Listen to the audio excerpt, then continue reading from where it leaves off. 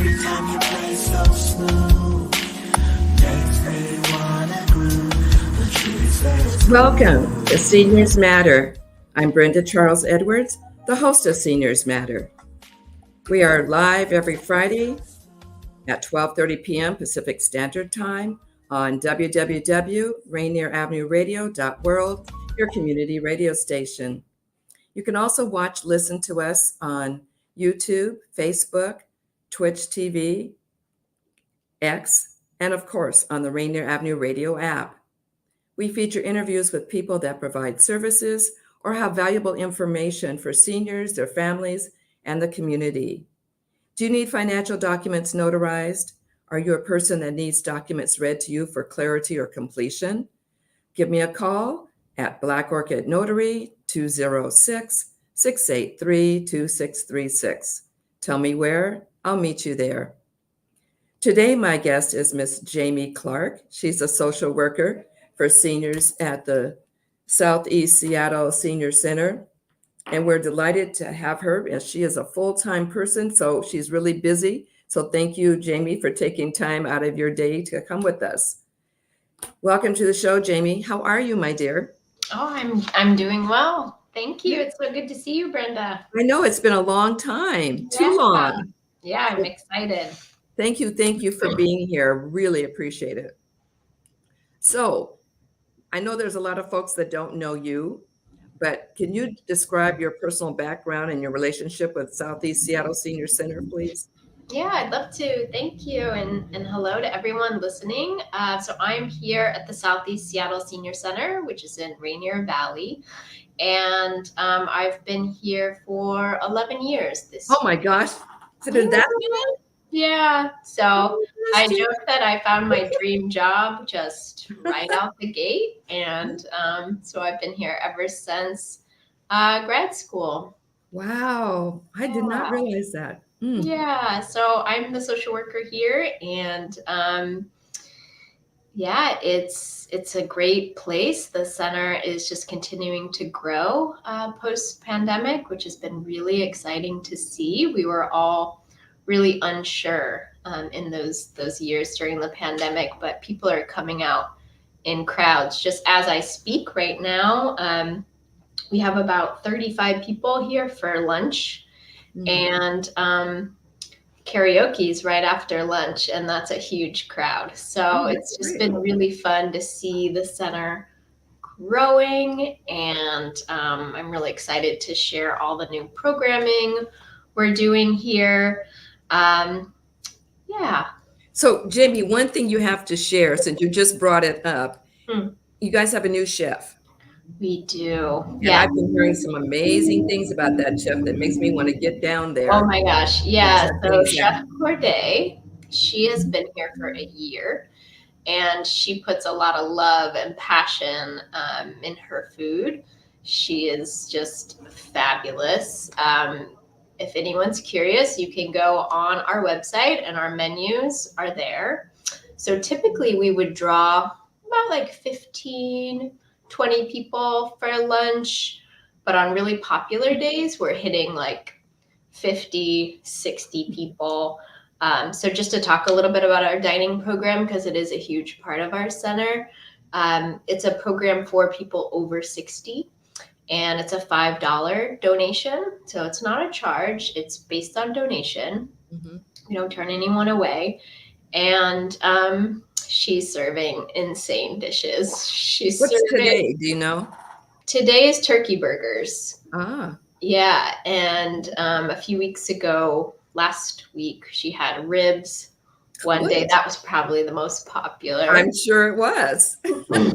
So yeah, to be honest, she has really jump-started our meal program post-pandemic.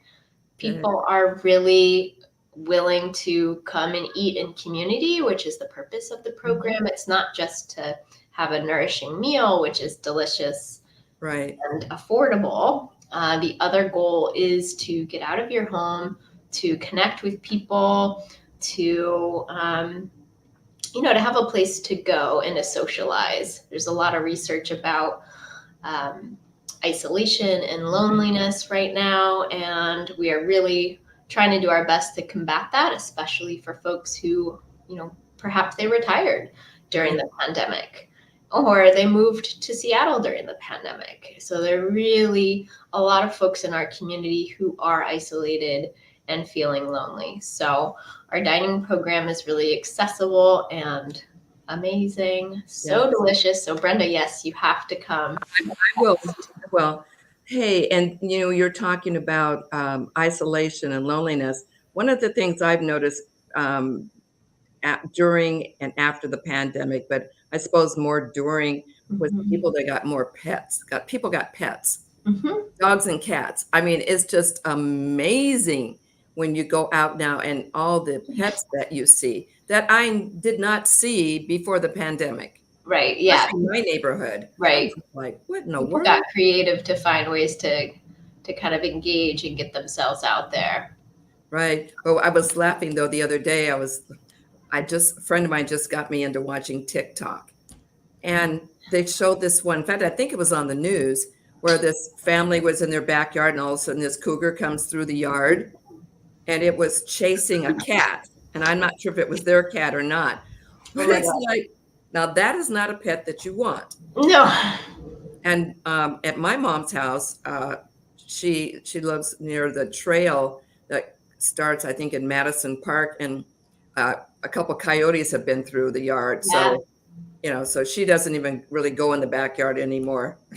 Yeah. But it was, my brother had it. She has cameras on her house, and he sent me a picture of one of them. And I said, "Whoa, what is that?" He said, "Wow." Yeah. I said, "Okay. Yeah. Won't be going in the backyard." Yeah. But anyway, I know the center has a lot of programs, but the one that you really have that I think is just fantastic is the Memory Cafe. What inspired this program, and what details can you share? Yeah, thanks for asking about that. I'm really excited about the Memory Cafe. So we were inspired because before the pandemic, we had a program called Momentia Mondays. Oh, right. Momentia is a citywide, well, really, it's all over, a movement to help people with memory loss and their loved ones feel more connected in programming.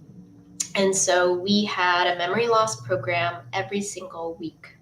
Wow. Once a week, which kind of blows my mind right now, but we had it for about 4 to 5 years. And Brenda, I'm not even joking. This was a program I never had to advertise for. I bet. People were just dedicated to support their loved ones with memory loss. And it was a beautiful thing. We became a family. And then, of course, the story of the pandemic, right? And we know the pandemic was especially hard on our loved ones with memory loss. Right. Folks that usually had some sort of routine, getting out in the community, engaging. And we also know the nature of memory loss, of dementia. We know that it progresses. There's no cure for dementia. So our beautiful group was no longer in the position to come to a weekly group. So unfortunately that ended, and post-pandemic, we were just like, well, where do we want to go now? We can't jump back into a weekly group. So we decided to do a Memory Cafe, which basically is similar to Momentia Mondays, but it's once a month. And it's a social gathering that also has an activity. So we come together once a month and have some food and connection and social time. And then we have some sort of activity where we can, get out of our chairs, move around, listen to music. So far we've had a live fiddle player, which I was surprised was very popular. We've had chair exercise to soul music. We've had a tango class. Oh. That was pretty remarkable, called Tango Stride, which is an amazing program for people with mobility challenges. And then, of course, we're having, I think you're familiar with Pam Nolte of Taproot Theater. Yes. Tell her hi for me. Yeah, she's coming. When is she going to be there? Jamie, it looks like you're frozen. Okay. Well, Pam Nolte it does, how do I describe her? She does movement, and there you are. Okay, so you got cut out about Pam, and I said to tell her hi, but go ahead, explain great. again, because you were frozen for a minute. Okay. Yeah. So for folks that don't know, Taproot offers improv classes for people with memory loss. And when I first heard about this, and Pam actually came to the center, I was like, oh, I want to do an improv class with your seniors and especially people with memory loss. I looked at her like, I don't know. First of all, I'm pretty introverted, so I was just like, I don't know. And my group also, we're just, more introverted group at that time. And she was like, no, trust me, let's just try it. I think they're gonna love it. And they absolutely fell in love with Pam's class. Yeah. And I mean, we did the goofiest of goofy things in these improv classes. And it just, there's not very many spaces in adult life or in adulthood where you can pretend you're going to the moon and just laugh your head off about the silliest things. And what I really learned from Pam in approaching memory loss is that, it's important to have spaces where there's no wrong answers. Right. There's no wrong answers. You could literally make a noise and that's part of the game. Right. And so, it's pretty magical. If folks haven't seen or experienced kind of an improv class and can see what it can do for people with any sort of cognitive challenges, I really would recommend it. It's really great. So I'm really looking forward to her. So she'll be here April 30th is our next one coming up. April 30th? Oh, I'm sorry.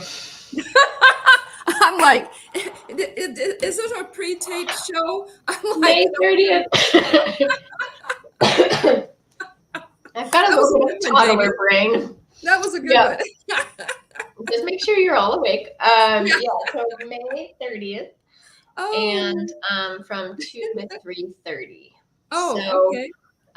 Folks we really prefer folks reach out and register so that I can sign them up. And so that just means folks can just call the senior center and I'll get them. What's that number, Jamie? It's 206-722-0317. Okay, and that's May 30th. May 30th, yeah. And it's from 2:30 to 2 to 3:30. 2 to 3:30. Okay, I'm gonna have to try to come. Oh, so love that. Because I haven't seen Pam in a long time. I've seen her more recent than I've seen you. Yeah, we would love to have you. Yeah, okay. And so the important thing to know about the Memory Cafe is all are welcome. So there's some programming that's related to memory loss where, you have to prove that you have a diagnosis of dementia or Alzheimer's. That's not the case for us. Okay. All are welcome. Friends, family, people with memory loss, people without memory loss. Now, the core of our programming is we really want to reach people with dementia and people with memory loss. Right. But we also want to open the doors to folks that are curious about it and want to support people with memory loss. And what this is not, and we've had to kind of share this with people, it's not an adult day program. Right, so right. It's not. That's very important. It's really important, yeah. It's not equipped for us to take care of your loved one for that hour and a half, especially if they have safety concerns around wandering or perhaps need assistance in the restroom or with eating. So we're just not equipped to do that. We have a few volunteers, but we're not equipped for that exactly. But yeah, I'm really excited. If you're free, it would be great. Yeah, to I'm looking at my schedule now and I'm writing it in. I'm just going to make a point of it. And the way the structure works is we have a little social time in the beginning. Okay. So about a half hour of, usually we have some sort of light lunch, and then we have our activity after that. Okay. All right, I'm putting it in here right now, and it's from 2 to 3:30. Exactly. Yeah. Okay. All right. I am doing it because and I've been wondering about your program anyway, because I know a couple people that I think may be approaching that time in their life when they're, you know, memory loss is getting to be an issue. So, And that's a great time to get involved, because sometimes it can be more challenging to get involved, or mid-stage, or later stage. It can be just a little bit more challenging, but if folks start coming to us, they really start to feel pretty safe in the space, although they may not remember the details. What's important about a lot of folks with memory loss is they remember the feeling they had when they were in our space. and isn't dancing, music is a big part too? Is huge. Yeah. Yeah, there's been a lot of research about people with memory loss and how music can really impact their moods and just, kind of like when you hear a song, you're kind of taken back to that time. So especially our chair exercise with soul music and kind of oldies music, he does an amazing job of kind of taking folks back into time to some of their favorite songs. So that's a really powerful class. Who's leading that? Chris DeGray. Oh, okay. I thought maybe, okay. All right, that's good. Yeah. Yeah. That's real good. If you're just tuning in, this is Seniors Matter with your host, Brenda Charles Edwards, on www.Rainier Avenue Radio.world, your South Seattle community radio station. You can also listen to us on YouTube, Facebook, Twitch TV, X, and the Rainier Avenue Radio app. Now let's return our conversation with Jamie Clark. She's a social worker at the Seattle Southeast Senior Center in Rainier Valley. Well, not really Rainier Valley. What are you calling it? What area? Well, it's funny. It's in between. So the old neighborhood used to be called Brighton. Right. But not very many people know it by Brighton. So it's kind of in between Columbia City and in between Rainier Beach and right next to Othello. Right. And for those of you that have been around for a while, it's also next door to the Brighton Apartments, another landmark. Yes. So I recently heard about the Seattle Farmers Market Nutrition Program. How are you involved in that? Yeah, so this is a great program. The nutrition program offers an $80 voucher for seniors to spend at farmers market. So we know that food costs here in Seattle are outrageous. Pretty shocking going to the grocery store. And so the city of Seattle is doing their part to help take that burden off for seniors. So specifically for folks over 60 and low income. So that means for a household of one, their income has to be under $2,322 per month. Okay. Again, that's a household for one. So if folks are interested, they can apply online. You can look up the Seattle Farmers Market Nutrition Program. You can call the Southeast Seattle Senior Center, and we can get you that application for the $80 voucher. It's a one-time voucher. Okay. And yeah, it's been a great way to connect with new folks coming into the center, just to kind of, hey, there's an $80 voucher, and a lot of folks on Social Security are eligible. All right, that's good. So, yeah. Hey, what about the meal delivery? You guys still doing that? So the meal delivery was something we were doing during the pandemic to really get food out to elders. Now we had lost our funding for that Oh, program because it was with the Washington Cares. That was a funding source during the pandemic. And so we are still doing it. We're kind of making it work. We have we're really focusing on folks that are really not getting out of the home.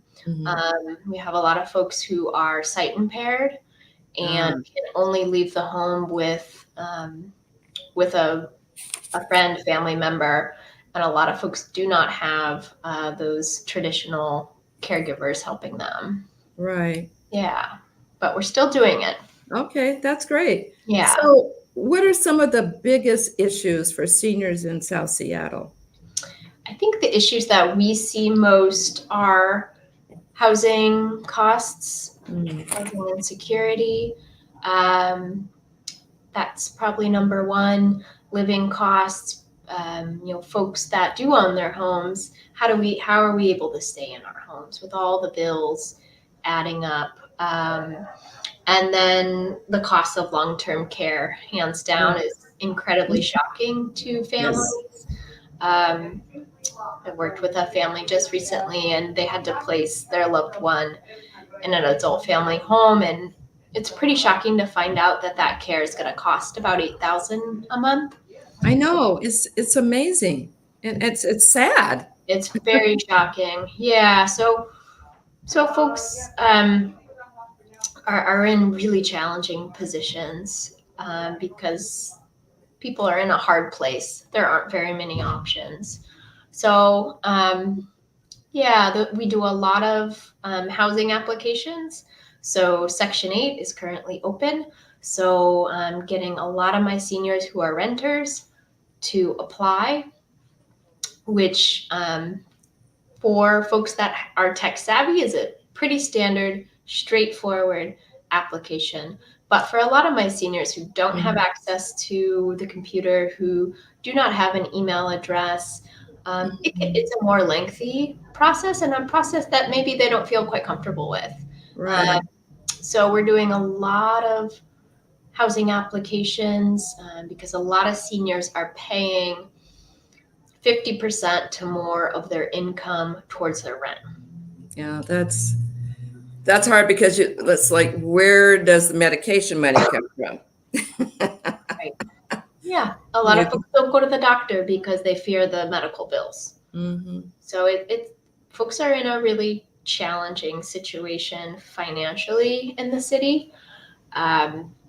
That I know when I first started here, I was pretty shocked to hear what folks are living off of on Social Security. And I know my generation, pensions don't really exist. What's a pension, huh? Yeah. So for a lot of elders, they don't have pensions. And I just started to put the numbers together, and it's pretty shocking what folks are really surviving off of. And so that's part of why I think our programming, which majority of it we make free, and also our meals here, we make as affordable as we can.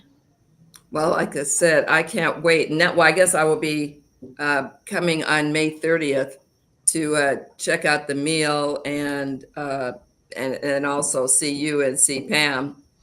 I'm excited. I tell you. Yeah, This but is I do have to really encourage good. you. You have to come to a special Chef Corday meal, other than the Memory Cafe as well, because she goes all out for her Well, meal. as soon as I'm done with school, and it'll be sometime in July, first part of July, I will be coming by. Yay. And you're still there Monday through Thursday? Yep. Yeah. What's your hours? I'm here at the center, 8:30 to 4. Okay. And I should tell listeners that I also do one-on-one appointments. I don't think I really said that, but I help people go through applications, help people. Some folks have mail they want me to read. We work on, housing applications, emergency assistance applications, all sorts of things, home repair applications for homeowners who need, whose homes are going through plumbing issues or roofing issues and things like that. And Jamie, speaking of that, I'm going to ask on a personal level. My mother had applied because she needs a new toilet, and she qualifies, and she had filled out the form, but she never heard back from them. It might be from the minor home repair of Sound Generations. Is that the? I'm not sure if it was that or if it was the city. I know I saw the form, but I don't remember who it was from, but I knew she qualified because the tank that she has is like way old. Yeah, they have that new toilet program. And what about getting the bath, the shower? Grab bars or Yeah, and do they are there any remodel opportunities? Yeah, Habitat. We actually just had a big panel here with Habitat for Humanity, Rebuilding Together Seattle, Minor Home Repair, and then the City of Seattle's Home Loan Program and Weatherization Program. So these programs are all amazing. I highly recommend folks that own a home to research and see what they qualify for. So the program that does bathroom conversions, so basically from a tub to a walk-in shower, would be the Habitat for Humanity.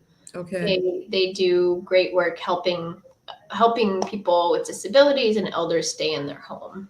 Okay, that's great. Oh, we'll talk more about that offline. Yeah. Jamie, I'm almost out of time, but before I say goodbye to you, I just want to make an announcement that on May 29th at 6 p.m., we're hosting a Chinatown Industrial District Light Rail Town Hall and panel for AAPI month. So that's May 29th at 6 p.m. Jamie, it has just been wonderful seeing you. And when I see you in person, I want to see at least 5 pictures of your little one. Well, seeing now I have like 1,000, that won't be hard. Can I plug one more thing before I forgot? Sure. Yes. We have a caregiver class called Powerful Tools for Caregivers, and it's a free 6-week class for family caregivers. So not for paid caregivers, but for spouses and adult children. And so that's starting July 3rd here at the Senior Center. And you can find information on the website. Okay. So do you think I could get you back on the show and talk about family caregivers? And I have been one. So I know what we go through, and I know the costs. But I would love for you to come back on. We could talk about that. Yeah, I'm happy to. And this program is just phenomenal. I'm one of the facilitators, and I have a co-facilitator, and it's completely free. So. Okay, cool. Time's up, he says. And happy birthday to your pandemic kitty, Daniel, who just turned 4. That's the kitty, not Daniel. All right. Thank you, everyone, for listening and watching. Jamie, we'll catch up soon. And this is saying goodbye. Brenda Charles Edwards, Seniors Matter, for every Friday from 12:30 to 1. Love you guys. Bye.